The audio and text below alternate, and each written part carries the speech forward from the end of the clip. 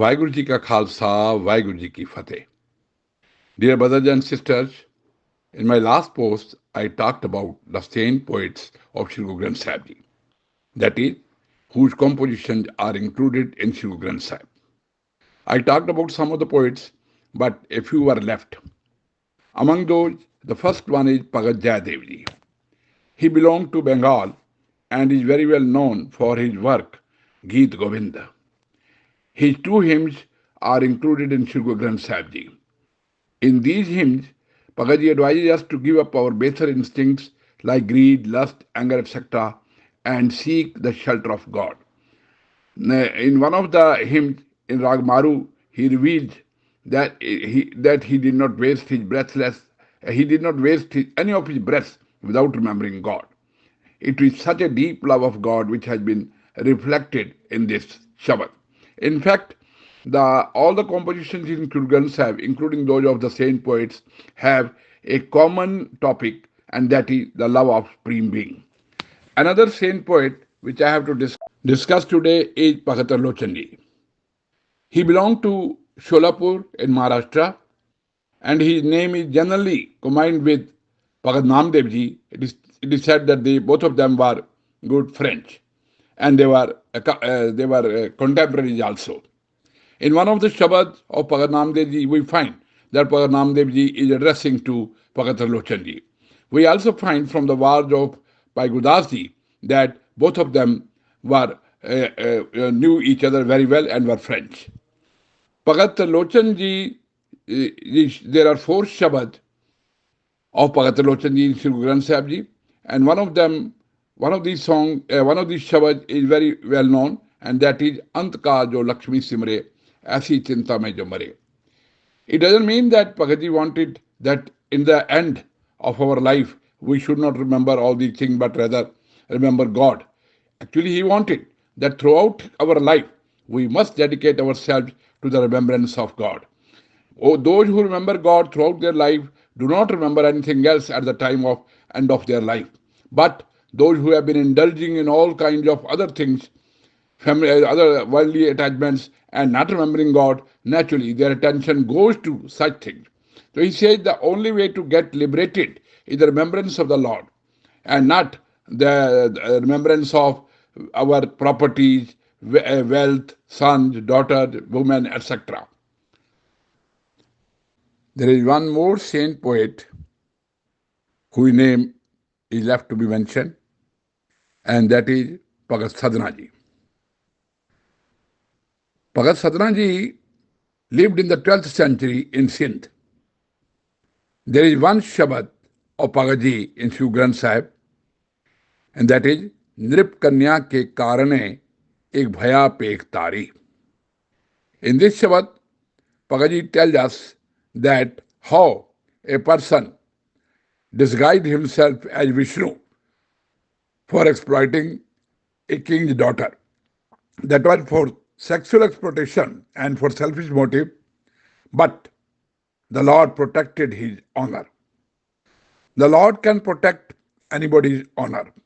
So Bhagaji attaches us to the love of God so that our honor may remain protected by the Almighty. Before I close my discussion on the Bhagat Bani, I would like to mention 2-3 things. Firstly, that a common subject throughout Gurbani, including the Bhagat Bani, is the love of God. And it is the intense love of God by all the composers that their compositions have become devotional hymns.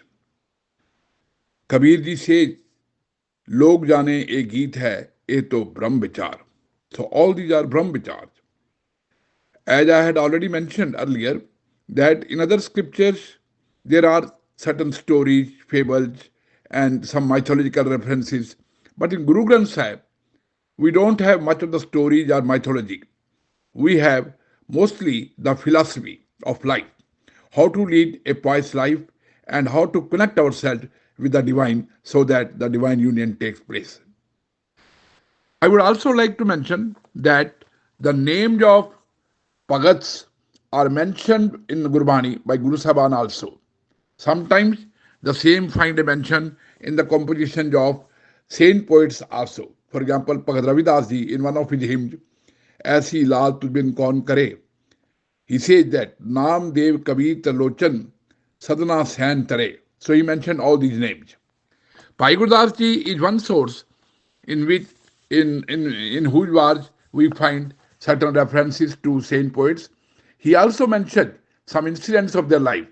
He tells us as how Bhagats like Pipaji were converted from.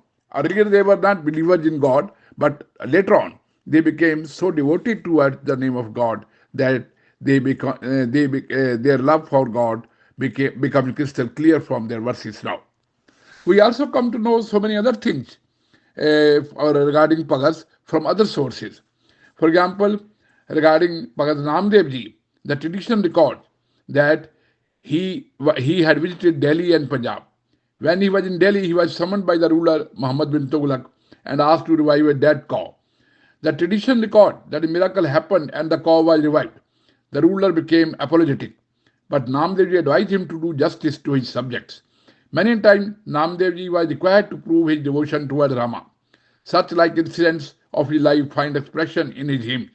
His visit to Punjab is proved by a memorial in village Kumman in Gurdaspur. It is believed that he stayed there for 10 years and composed most of the hymns included in Shri Guru Granth Sahib. That is why the language of these hymns is either Punjabi or influenced by Punjabi.